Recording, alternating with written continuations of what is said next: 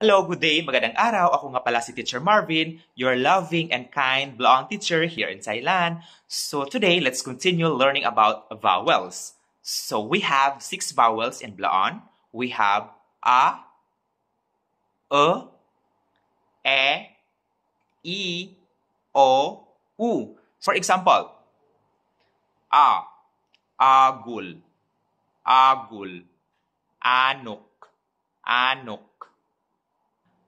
Lue, lue, ige, ige, el or yel, aye, aye, ikat, ikat, ikong, ikong, ool, ool, utub, utub, ufal, ufal. Okay, later on, I will explain to you nganong adunay mga kilay sa letra sa Blaon.